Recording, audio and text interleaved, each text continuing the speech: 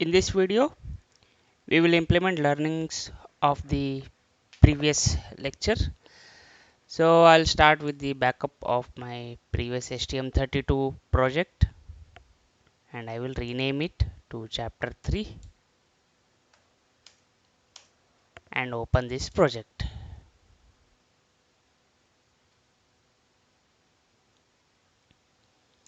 And I will also rename in the STM32 IDE.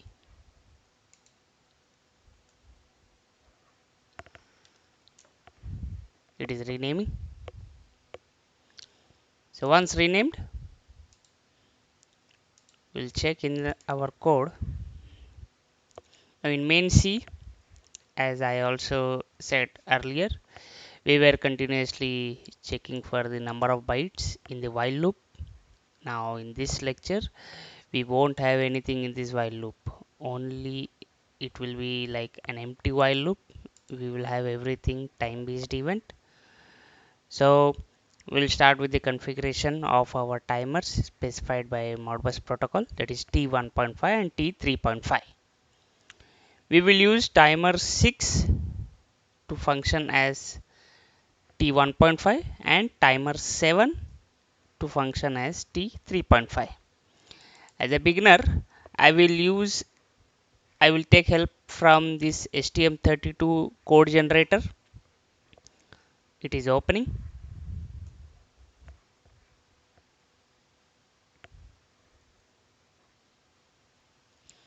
So the code generator, under the timer section, you can see there are some timers.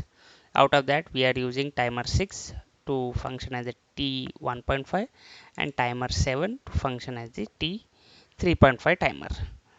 So before we configure these timers, we will again go back to the presentation mode and we'll learn about the timers. So timer 6 and timer 7 are basic 16-bit auto reload counters actually.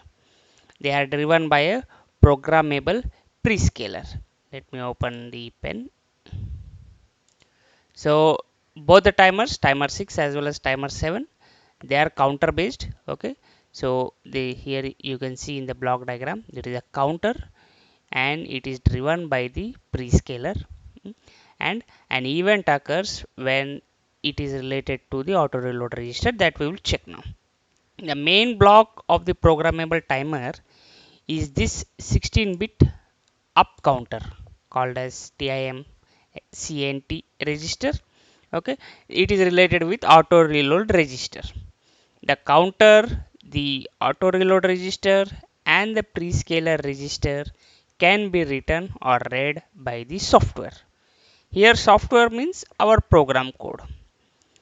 This basic timer, as I said earlier, again contains three main registers, that is the TIM-X, here X for timer 6, it is 6 TIM6 underscore CNT. For timer 7, it is TIM7 underscore CNT. So the counter register TIM-X underscore CNT, the prescaler register TIM-X underscore PSC, and the auto reload register, that is TIM-X underscore ARR. Counter register increments its value every timer clock pulse till it reaches the value of auto reload register. Once it is equal to the auto reload register, an event is generated. So here once it is equal, an event is generated. If we have interrupt enable, it will also enable the interrupt.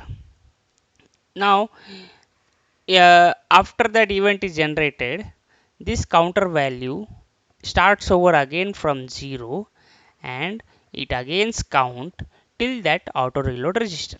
The activity of the counter register will keep on counting from 0 to the auto reload register till we stop this timer. Now about the prescaler register. This register is used to drive the input clock.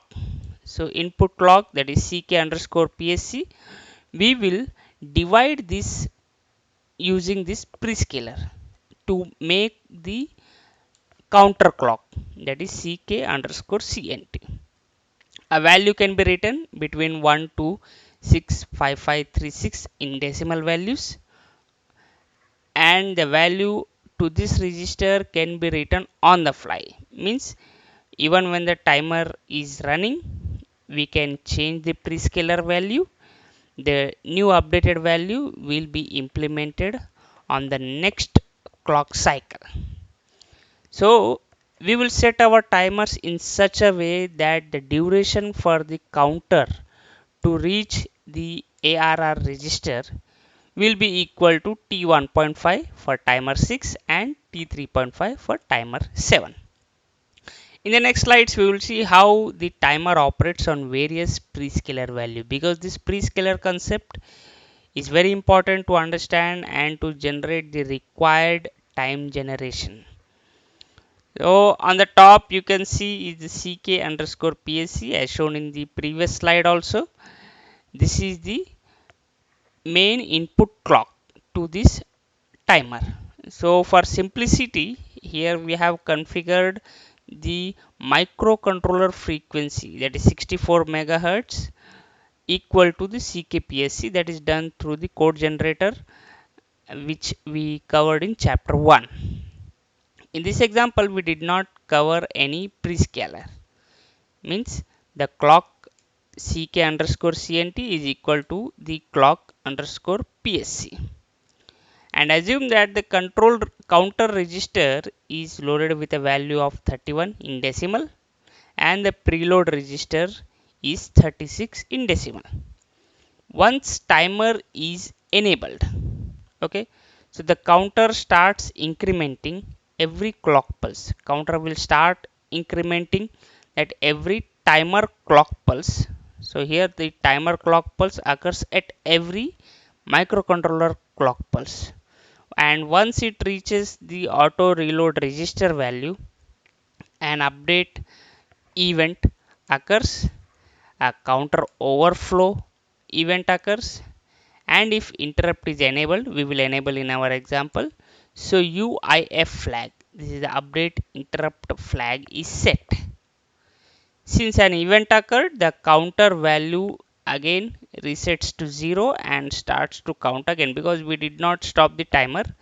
The timer is still on. So the counter will keep on incrementing till the auto reload register. Now in this slide, we are dividing the input clock by a value of 2. So what happens is the counter increments, the timer clock pulse occurs every 2 clocks of the microcontroller frequency, that is microcontroller clock, and accordingly the counter register increments after every 2 clock pulses of the input frequency, that is CKPSC. Again same, here we have divided the input clock by a factor of 4. So after 4 clock pulses of the microcontroller, a clock pulse of the timer is generated, and once the timer clock is generated, counter register increments itself, and again once it reaches the auto reload register value, the counter overflow, update event, and the interrupt flag are set. So in this way, by using the prescale concept, we can divide this from 1 to 65536, and this is used to achieve higher delays also. Like our microcontroller operates at 64 megahertz. If we calculate without prescaling, we can achieve delays only up to few microseconds and nanoseconds, which is very less. So to achieve higher delays in the range of microseconds and few seconds, we need to prescale this input frequency.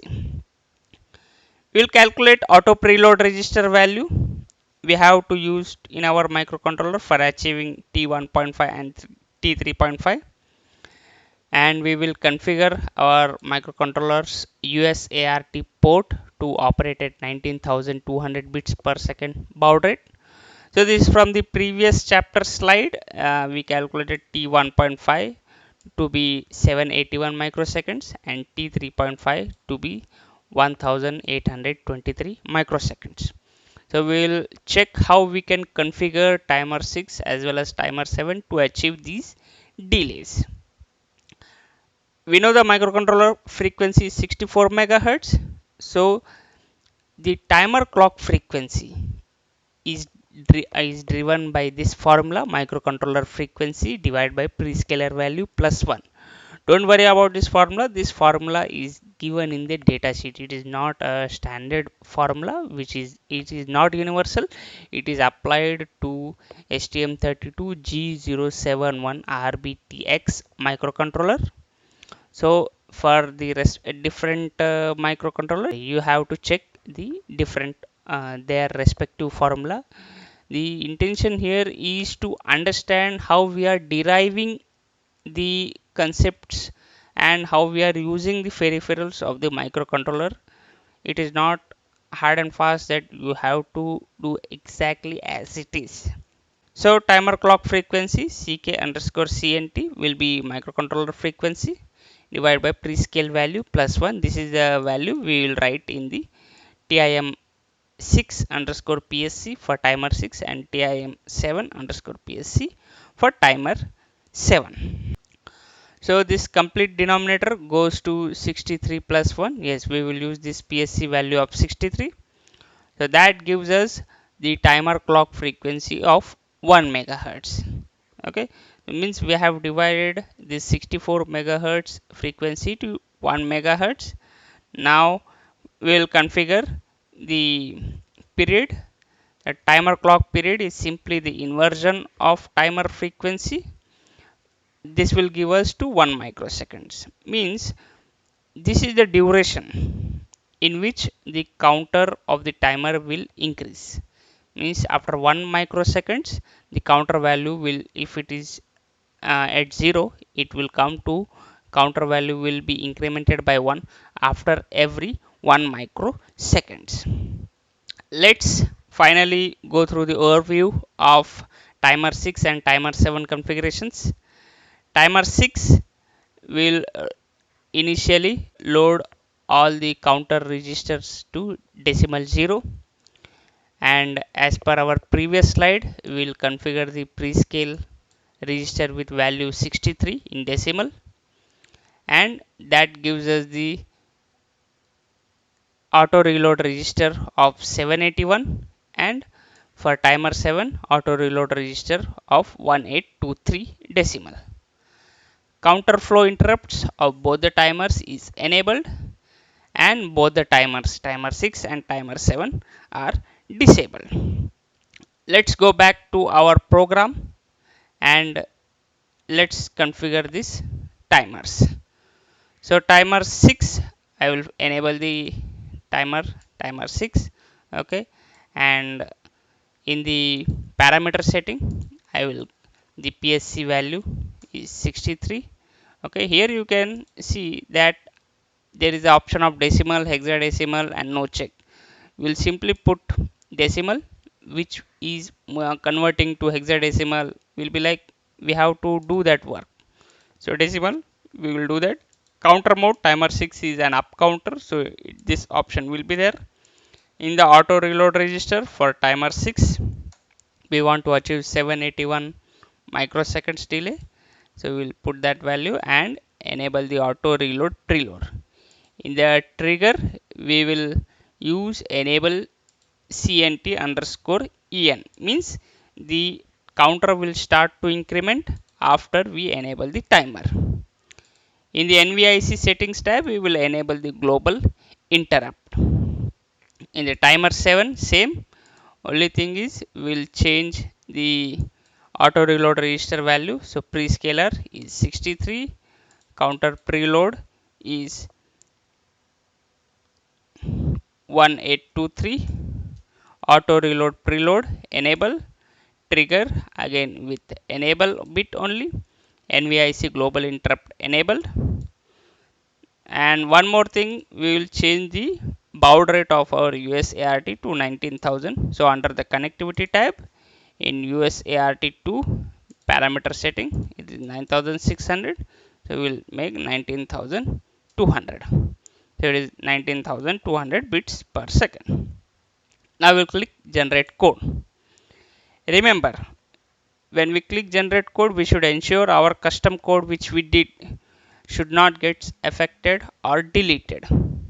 That's why till now we wrote our code under the user code region only. So yes, code is generated. So we'll close this and see the changes done. So from the start, okay, here we can see that two timers are declared.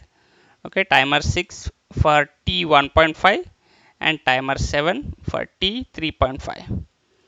Now there are two functions also for timer 6 and timer 7 initialization. We'll go to their declaration. So the timer 6, whatever we configured in the code generator forms, they are come here. Okay. Though we have enabled the global interrupt, we have to enable counter overflow interrupt for timer 6 as well as timer 7. So in time 6, the interrupt is in DIER register. Okay, we will enable the interrupt. As a comment, we will write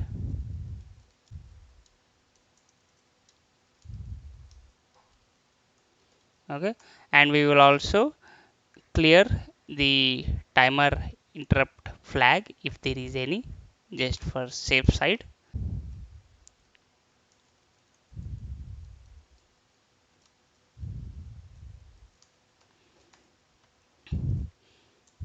We'll stop the timer. The stop timer bit is in CR1 control register 1.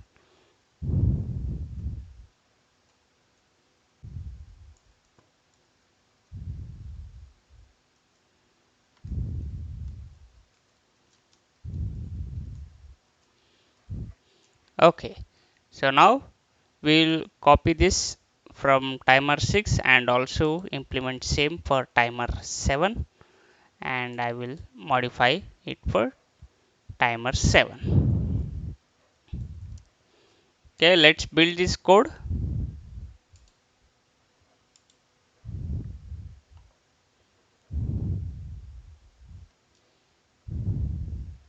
This is the first time, so it would take a little bit of time. Okay, we do not have any errors. Now we will go to the USART2 interrupt. So in the USART2 interrupt, we will do some changes. First, as soon as the interrupt is invoked, we will disable the timers. So that is done for timer 6 in CR1.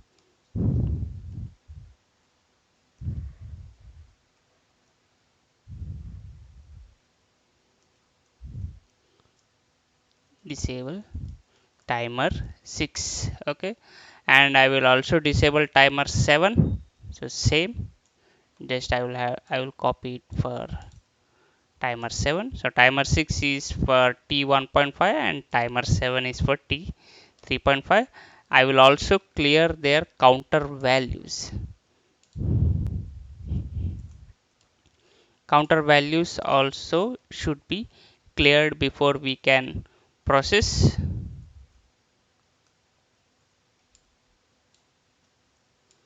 So timer 6 and timer 7 counter values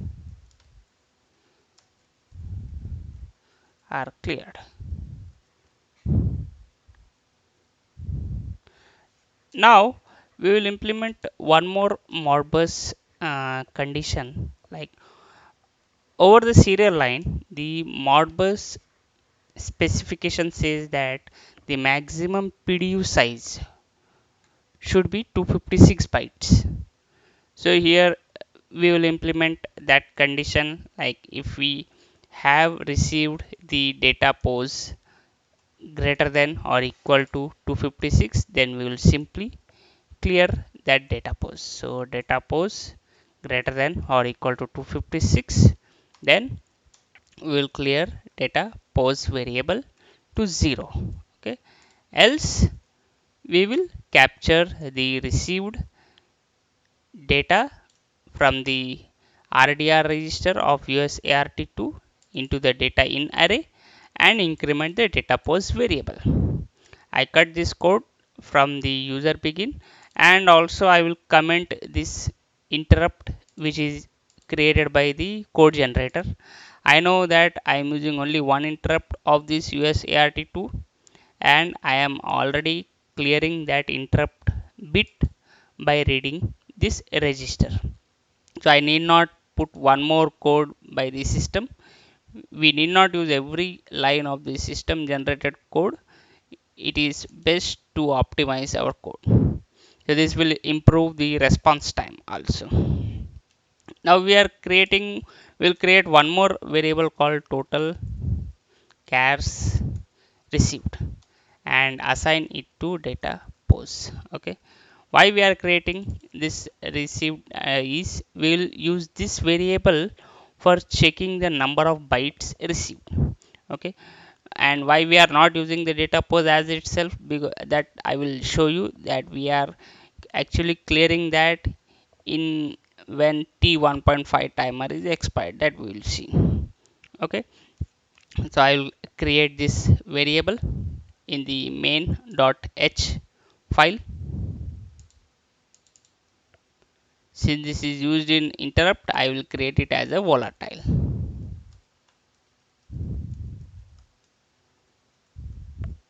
So that is created and saved. In the interrupt, now we will come to timer 6. So this timer interrupt is actually interfaced with one more peripheral called low power time, and that timer is timer 1. So whenever we write interrupt code for this timer 6, we should ensure that we are first checking the condition related to timer 6. Okay, so that will write the code as. So I will copy this code to some decorations. Okay, so here in this timer 6, I am first checking whether the interrupt related to is timer 6 only, and if yes, then I am stopping this timer and clearing the counter register value, and I am resetting this variable data pose. So that's why I have to use one more variable called total chars received. So now time 6, and I am clearing the interrupt bit also, and again I am clearing the interrupt bit. So I need not use this system generated code, but remember that if we use the code generator again, this will come up. So we can comment again, or we can keep it as it is. If we comment, it will improve the system performance, means the response time will be improved. Next, timer 7. So in timer 7 also, I am checking whether the timer 7 related interrupt bit is generated. If yes, then I am disabling this timer, clearing the interrupt bit, and also clearing the indexer. And finally, I am starting to process the Modbus frame. But you know, this check mbpduc function is not present. So I'll create one in the MB processor file. So MB processor, I'll just create one file, one C function void MB PDU. Okay.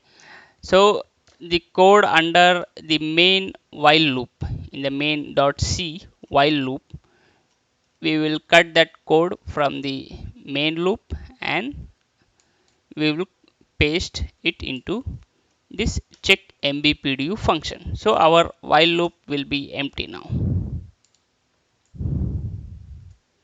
So I pasted it here, and now we'll do few changes in the check mbpdu function also. I will declare one temporary variable unsigned int char count.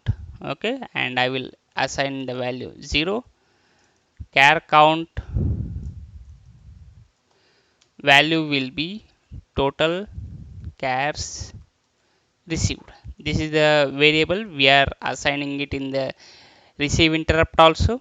So I am checking it with the, I am simply assigning that value and I am clearing the total chars received variable here, like this. Okay, now one more thing to check, instead of this data pose, now I will check with chars count, and we will check with value 4, because there is a function code which receives, with which when master sends the data, slave will receive only 4 bytes. So we will assume that minimum healthy function is of 4 bytes. So next condition to be done here in the, once processing the modbus frame, even the slave device means our microcontroller also, we should calculate the crc, and if crc matches, only then we should process the modbus function. So this data pose we need not use it. Now I will recalculate the crc. For that I have declared one variable called crc value and calling the function crc16 by passing our input data in, and while passing this array I will pass 2 bytes less than the actual character count received. If suppose we received 8 bytes of data, like example of holding register read, so I will recalculate crc for the 6 bytes. Why? Because the last 2 bytes are the crc of the master. So we have to recalculate crc of the actual message and compare that value with that of master. So here in we are comparing that with the master, and only if they are true, then we will simply clear the char count variable also, and remember, and under that we will process this switch statement. So I'll have to select proper brackets, else there will be error. Let me build this project. Oh, there are 19 errors, too many errors. So what is the error? Let me go through one by one. The first error, discrete inputs undeclared. Okay.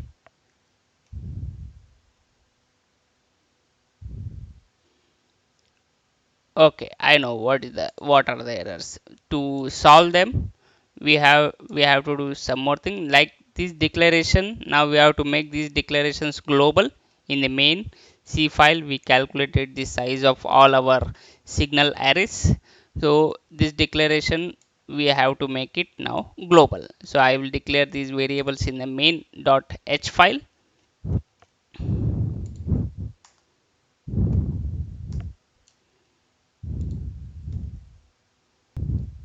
So I bought all the declarations of the signal array sizes to the main.h file, and in main.c I will only keep their assignment. I will declaration is already present.